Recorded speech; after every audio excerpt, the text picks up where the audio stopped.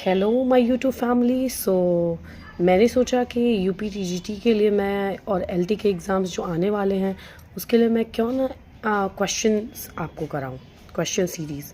तो जैसा कि आप देख रहे हैं यहाँ पे जेनेटिक्स टॉपिक है और हम ये शुरू कर देंगे। इसके बारे में पढ़ेंगे कि देखिए पीजीटी बॉटनी में ये 2011 में प्रश्न आया हुआ है, क्या है, मेंडल ने किसके सिद्धांत का प्रतिपादन नहीं किया।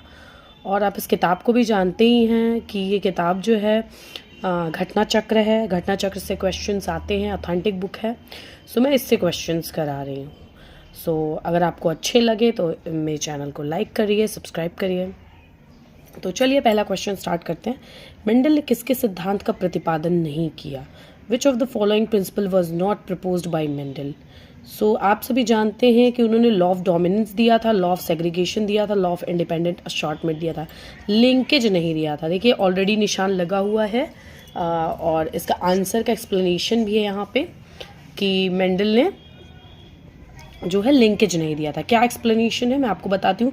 ग्रेगर जॉन मेंडल का जन्म ऑस्ट्रिया में हुआ था। इन्होंने आनुवंशिकता की खोज की थी, इसलिए इन्हें फादर ऑफ जेनेटिक्स कहा जाता है। उन्होंने गार्डन पी मतलब उद्यान मटर के पौधे पर अपना प्रयोग किया था। मेंडल ने सर्वप्रथम मटर के पौधों में मौजूद 7 प्रकार के गुणों का अध्ययन कर 3 नियम प्रतिपादित किए जो अधोलिखित हैं।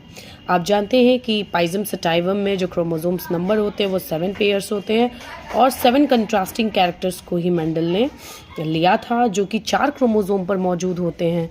क्रोमोसोम नंबर 1, 4, 5 एंड 7, मतलब 1, 4, 5 और 7। 3 इन्होंने नियम दिए थे। बेसिकली 2 ही कहे जाते हैं बट यहाँ पे 3 है। तो law of dominance and second is law of independent assortment and third is law of segregation. तो ये तीनों नियम दिए थे। पहले क्वेश्चन का एक्सप्लेनेशन था। Now second question is Mendel ने अपने चिर प्रतिष्ठित वंशागत नियम को प्रतिपादित करने में निम्नलिखित में से किस जीवधारी का उपयोग किया था? In formulating the well-established law of inheritance, Mendel has used which of the following organism? Drosophila, snapdragon, garden pea and sweet pea.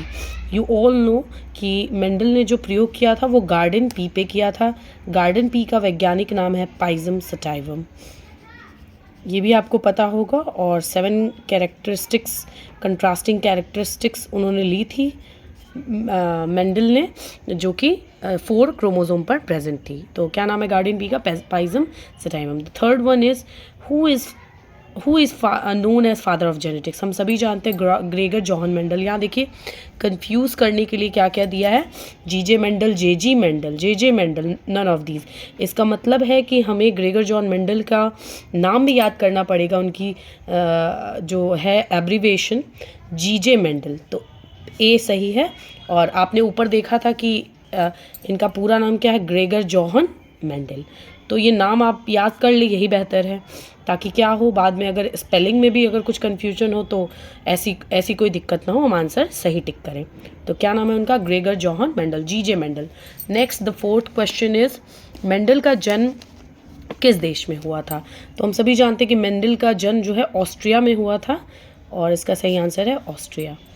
4 option दिए थे। 5वां क्वेश्चन है मेंडल के दूसरे नियम स्वतंत्र अपव्ययन का नियम को दर्शाया जाता है। Mendel second law of independent assortment can be demonstrated by test cross, back cross, monohybrid cross और डाई हाइब्रिड क्रॉस।